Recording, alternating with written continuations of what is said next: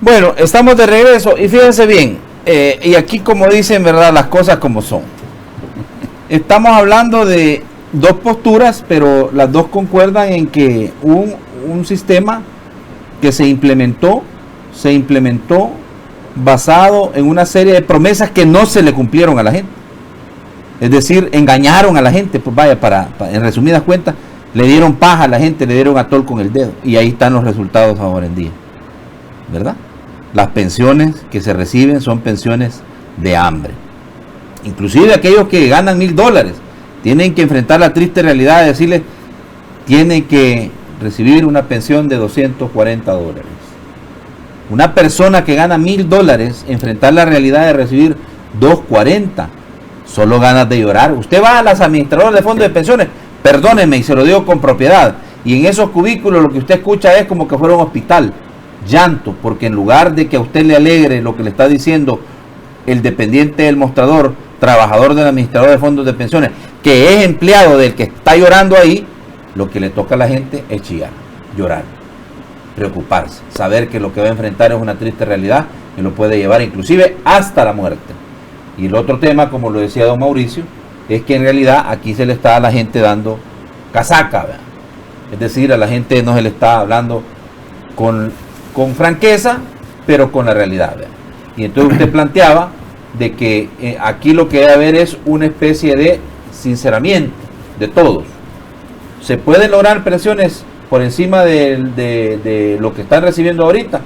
Sí, dice usted, con algunos elementos que nos pretendía explicar, que inclusive no desaparezcan las administradoras de fondos de pensiones, pero que hay una intervención del gobierno y se puede hacer de la siguiente manera.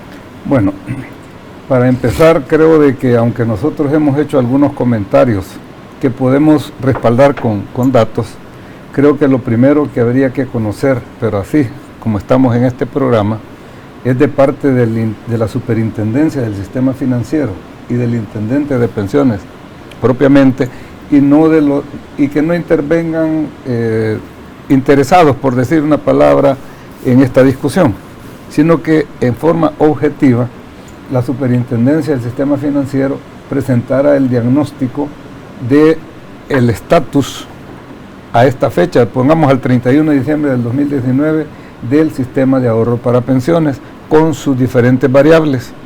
Y la propuesta que yo haría es que segmenten, así como lo mencionó César, los optados son una calidad de pensionados y los obligados son otra calidad de pensionados. Entonces, en este caso, la problemática realmente está en los obligados. Para los obligados que ya están cumpliendo su periodo de laboral de 55 años o 30 años de servicio, realmente ahí hay que tomar medidas drásticas, dramáticas, compensatorias de lo que realmente pudo haber sido una pensión mejor. Y eso significa más costo fiscal. Por eso es que yo hablaba de que el déficit actuarial se va a elevar, definitivamente, se va a elevar. Bueno, ¿cuál sería una de las propuestas que yo podría hacer? Si hacen los corrimientos financieros, se va a poder establecer la variación que tiene en las pensiones la rentabilidad en 1 o 2%. ¿Ok? Entonces, si establecemos que con un 8% en 30, 35 años, usted puede darle hasta el 55% del promedio de los últimos 10 años, que ahí es otra variable que también podría modificarse, entonces el Estado bien podría asumir vía fiscal la diferencia de la tasa de rendimiento. Y te voy a leer concretamente lo que propongo. Dice este boletín de la rentabilidad de la superintendencia del sistema financiero para quienes son investigadores. Este está a octubre del 19, o sea que está al mes pasado.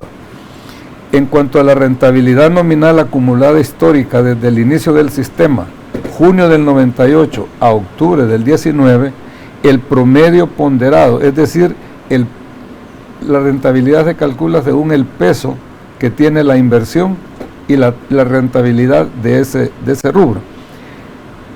El promedio ponderado del fondo de pensiones conservador, que es el más estable, fue del 6%. Es decir, en este caso el Estado debería de asumir el 2% que le falta al fondo de pensiones para poder hacer crecer la pensión. Esa es una propuesta que perfectamente la pueden asumir, de tal manera de que se vea que hay algo, que se va a hacer algo para mejorar la pensión. En cuanto a la administración, miren, siempre y cuando intervenga la política en la determinación de inversiones o del uso de los fondos, sea privado o sea público, eso siempre va a ser un problema, pues porque realmente aquí es donde nació un poco la crítica a las comisiones de las AFP, porque solo recibir el dinero y no correr ningún riesgo por parte de los administradores de pensiones, a la población en general y a la clase media no le satisface, porque realmente recibir el 1.5% por estar solo con tilín, es decir, hay propuestas en las cuales hablan de que la comisión que devenga las AFP sea un porcentaje de la rentabilidad que le busquen al fondo de pensiones. Entonces, o sea, hay una serie de propuestas alternativas, y lo mismo podría ser si es público, igual, porque el hecho que sea público no va a hacer que entre al presupuesto del Estado y que el presidente gane $10,000 y el sugerente 7,000, y entonces la piñata, pues, o sea, ese es el temor que hay con la parte del sector público, ¿verdad? Entonces, hay mucho, dijéramos, prejuicio, hay bastante prejuicio, y sin embargo también hay que reconocer de que la Constitución le da un rol al Estado en materia de seguridad social. Vaya, miren,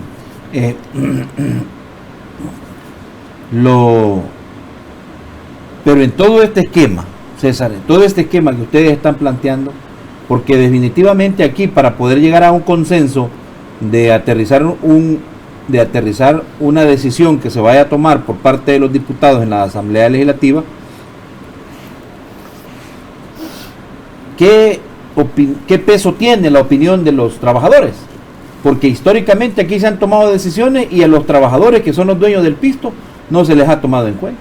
Inclusive en la reforma del 2017 no se les tomó en cuenta a los trabajadores, es decir, en el orden de prioridades los trabajadores están allá, vea, en lo último.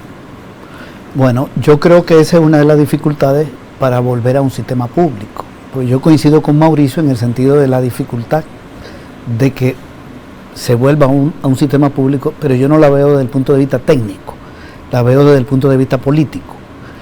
Es decir, eliminar las AFP requiere mayoría en la Asamblea, sí, y requiere el apoyo del presidente de la República. Y voluntad política. Sí, voluntad política. 43 votos mínimo para aprobar una nueva ley, y que no sea vetada. Sí, porque el presidente tendría que dar su aval. Tendría que dar su aval. Hay condiciones políticas, esa es otra cosa. Ahora, técnicamente, a mí me parece que lo mejor es una administración pública. Yo no soy enemigo de lo público. Una empresa pública, una institución pública puede ser mal administrada o bien administrada, igual que una privada. Igual, todos los días están quebrando empresas privadas, no solo aquí, en el mundo entero. Y las rescatan generalmente a través del propio Estado. Cuando aquí quebró Fincepro, Incepro, Crediza, Credit Club, asume los costos del Estado. Cuando en Estados Unidos quiebran 1,000 bancos, asume los costos del Estado. Entonces, no tiene por qué una institución pública ser mal administradora. Y yo estoy hablando de una institución pública autónoma que no dependa del gobierno central, sino autónoma, parte del sector público, pero no donde el Ministerio de Hacienda va a hacer un manejo de los recursos. Así como hay instituciones públicas eficientes en este país. Por ejemplo, el Banco Central es una institución pública eficiente. La CEL es una empresa con altos niveles de rentabilidad que hasta otorga recursos para dar subsidios. Y igual puede ser mal administrada alguna empresa. Entonces, un instituto autónomo que maneje los recursos. Porque, ¿cuál es el asunto aquí? Vuelvo a lo técnico. Yo estoy de acuerdo con Mauricio. Si se llega a un rendimiento de 8%, la pensión mejora. Pero si el Estado tiene que poner el 2% adicional, porque el rendimiento promedio es 6%, ¿Cuánto va a significar eso para el Ministerio de Hacienda? Que hoy tiene que pedirle prestado todavía a las AFP para pagar pensión de 96.000 jubilados del sistema público, porque hay 96.000 jubilados del Seguro Social y del INPE que no lo pagan ni el Seguro ni el INPE. No lo puede pagar porque ahí solo cotizan 8.000, que pronto van a ser jubilados. Entonces lo está asumiendo Hacienda, ya tiene una carga Hacienda.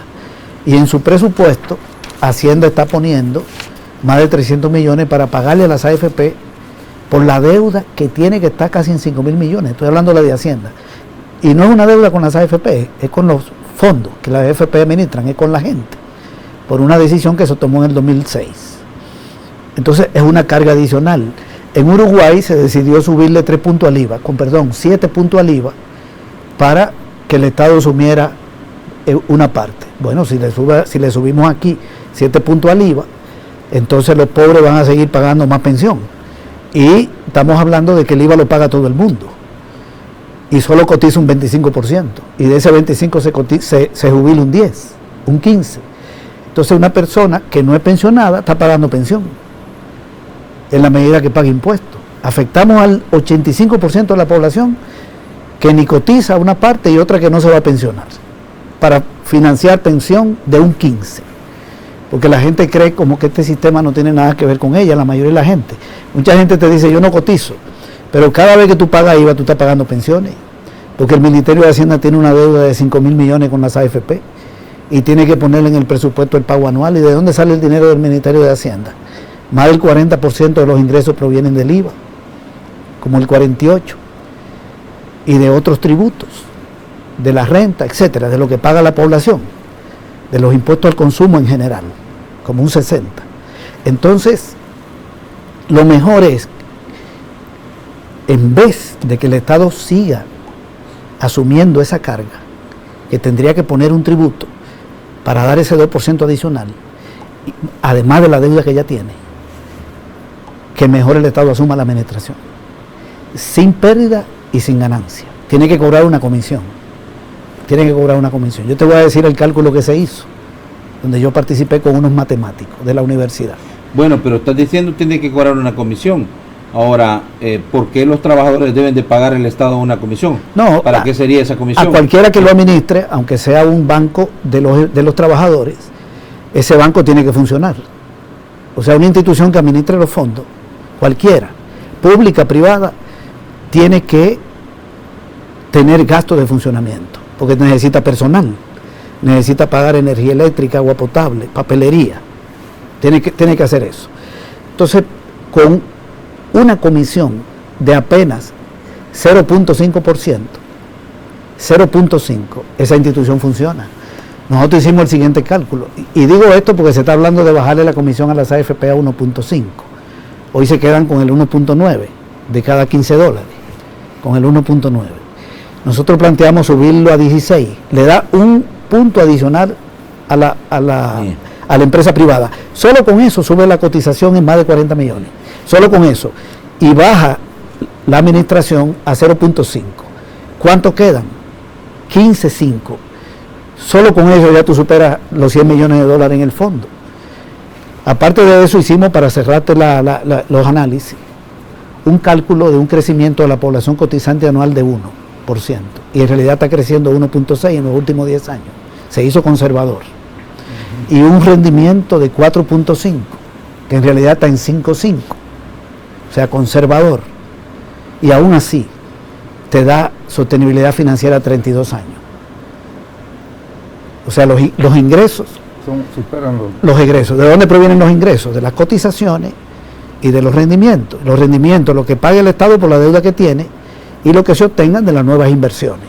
Y los egresos, la administración y el pago de pensión. Es un asunto, la gente a veces cree que este es un tema como de ciencia, como marciano. Sí, como marciano. Una señora que tiene una tiendita sabe lo que es un presupuesto, de dónde provienen sus ingresos, sus gastos. La gente maneja eso. Lo que pasa es que aquí hay una jerga que hace creer a la población que los que hablan de esto son expertos, y no es más que ingreso por la cotización, ingreso por el dinero del fondo que se presta, por los rendimientos, y luego los egresos. Y los egresos son el pago de pensión y son la administración del fondo, ya sea una empresa pública o privada. Sí. Eso es todo. Si te da malos ingresos, es rentable. Nosotros creemos que es rentable. Este es el sistema de prima escalonada, prácticamente es el sistema que ideó un actuario que se llamaba Selenca, cuando vio el comportamiento de la capitalización colectiva allá por los años finales de los 1800, 1900, se vio de que la economía podía ser afectada por una acumulación muy rápida de los fondos de pensiones. Entonces ellos plantearon los escalones de cotización siguiendo exactamente la mecánica que acabas de mencionar. Cotización más rendimiento tiene que ser siempre superior a los gastos. Así por pensiones o por... Y ese era el sistema que tenía el Seguro Social. Y también lo tenía el INPEP. Y entonces, es que hay dos cosas bien importantes, ya, y qué bueno que lo tocó César. Una cosa es la administración y otra cosa es el sistema financiero de las pensiones.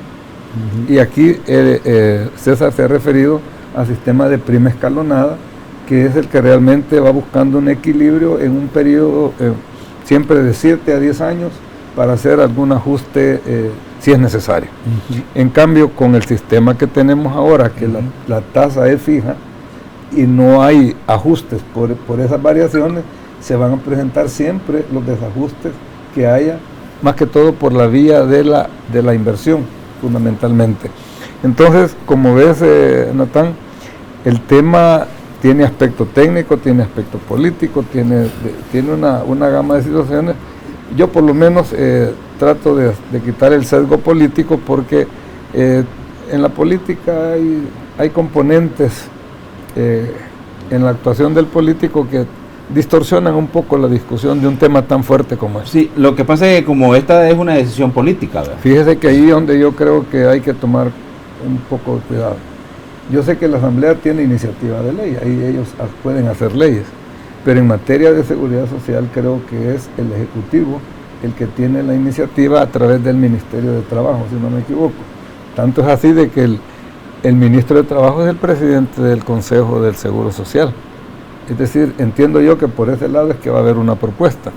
Yo creo que la Asamblea perfectamente podría esperar la propuesta para ver cuáles son las mejoras que le podrían hacer y cuáles o los ajustes que sean necesarios, ¿verdad? Entonces no caeríamos en esto que está pasando ahorita, ¿verdad? Se reúnen, no se reúnen, van a proponer, cómo lo van a ver, y luego realmente la consulta, ¿verdad? A la ciudadanía, pero no a unos pseudo líderes sindicales, ¿verdad? Porque ahí también yo veo que anda gente que no, ¿verdad? No tiene mucho que ver con los intereses de los trabajadores, ¿verdad? Sí, tiene razón. Bueno, aquí hay una cosa que es importante,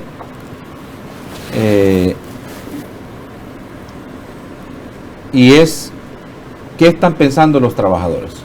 ¿Qué quieren los trabajadores? Y ninguna de las dos posturas que ustedes tienen son las que quieren los trabajadores. Los trabajadores quieren no más AFPs y quieren un sistema en el que ellos tomen las decisiones. Están hablando de un instituto de las pensiones que derive en la creación de un banco de los trabajadores que permitan capitalizar los ingresos. ¿Qué piensan ustedes de esto? ¿Qué es lo que están planteando a los diputados, las organizaciones de la sociedad civil, sindicatos y todo lo demás? Ya regresamos.